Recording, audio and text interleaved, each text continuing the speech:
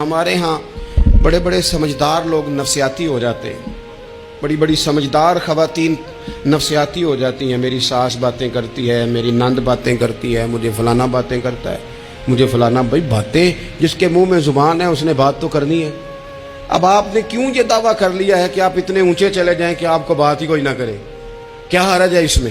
اگر کوئی آپ کو بات کر دے تو کیا ہے، ہم کسی نے کر لی تو پھر کیا ہوا؟ اس کا اتنا اثر قبول کرنا کہ ساری رات سونا ہی نہ، پریشان ہو جانا۔ اور بعض لوگ ایسے ہیں جنہیں اتنی باتیں نہیں ہوتی جتنی انہیں ٹینشن ہوتی ہے، یعنی وہ دو بندے کونے میں کھڑے ہیں تو میری ہی بات کر رہے ہیں، اور بھائی تو اتنا اہم نہیں ہے، انہیں کوئی اور کام بھی ہو سکتا ہے، تیری بات ہی انہوں نے کرنی۔ بلا وجہ لوگ سمجھتے ہیں کہ میں بڑا اہم آدمی ہوں، وہاں بھی مجھ پہ تبصرہ ہو رہا ہے، یہاں بھی ہو رہا ہے۔ اس پہلو سے باہر آئیں، اس کمپلیکس سے نکل آئیں۔ ابن حزم کہتے ہیں کہ مصر میں ایک تاجر بڑا کامیاب ہو گیا تھا، بڑا کامیاب تاجر ہو گیا۔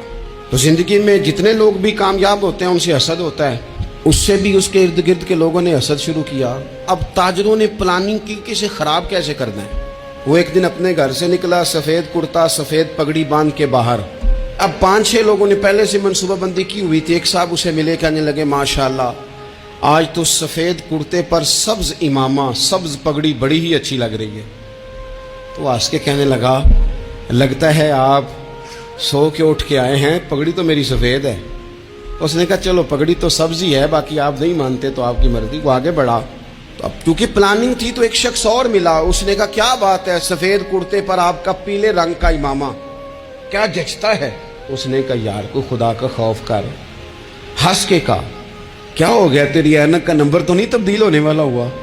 اور بھائی میں نے تو سفید کرتا اور سفید ہی امامہ باندھا ہے۔ اب 2-3 لوگوں کی دفعہ تو وہ مسکرایا، لیکن وہ ڈھیر سارے لوگوں نے منصوبہ بندی کی تھی۔ وہ جب چوتھے کے پاس گیا تو اس نے بھی کہا کہ کیا بات ہے سفید کرتے پر پیلے رنگ کے امامے کی؟ اس نے کہا پیلا کہاں ہے؟ اب وہ غصے ہونے لگا۔ اب وہ چھٹے کے پاس گیا تو اس نے کہا جناب کیا بات ہے سفید کرتا اور کالا امامہ؟ اب وہ غصے میں اتنا باولا ہوا کہ پہلے ہنسا پھر رویا، پھر اسے سمجھ نہ آئی کہ دکان کا تالا کس چابی سے میں نے کھولنا ہے۔ بس وہ شام ہوئی تو اس بیچارے کو بچوں نے روڑے مارنے شروع کر دیے۔ وہ اتنی تکلیف میں آ گیا کہ لوگ اسے پاگل کہنے لگے۔ کیوں؟ اس لیے کہ لوگ منصوبہ بندی، افواہ تھی نا کہ میری طبیعت خراب ہے، تو لوگوں نے حال پوچھ پوچھ کر بیمار کر دیا۔ لوگوں کی باتیں، لوگوں کے تبصرے، لوگوں کے کومنٹس۔ بولے امام شافعی، امام شافعی فرمانے لگے لوگوں کی باتیں پتھروں کی طرح ہوتی ہیں، یہ روڑوں کی طرح ہوتی ہیں، اگر انہیں کمر کے اوپر رکھ لو گے نا تو یہ تمہاری کمر توڑ دیں گی، اور اگر تم ان کو اپنے پیروں کے نیچے رکھ لو گے تو تمہارا قد اونچا ہو جائے گا۔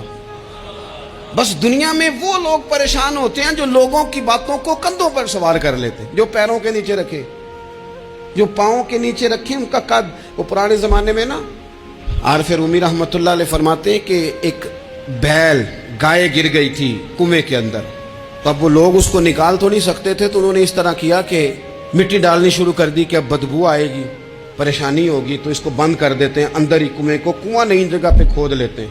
انہوں نے جب اس کے اندر مٹی ڈالی نا تو وہ گائیں جو تھی وہ مٹی جھاڑ کے تو مٹی کے اوپر آ گئی۔ انہوں نے پھر مٹی ڈالی تو وہ تھوڑی اور اوپر آ گئی، اور مٹی ڈالی تو اور وہ مٹی ڈالتے گئے اور گائیں وہاں سے کنویں سے باہر آ گئی۔ لوگوں نے دفن کرنا چاہا، وہ باہر نکل آئی۔ اور میرے بھائی لوگ بھی اپنی باتوں میں دفن کرنا چاہتے ہیں، لیکن یاد رکھنا جو چمکنے والے تھے وہ چمکتے ہی رہے، جن کو اللہ نے عزت دی تھی ان کی گھٹائی کوئی نہیں سکا۔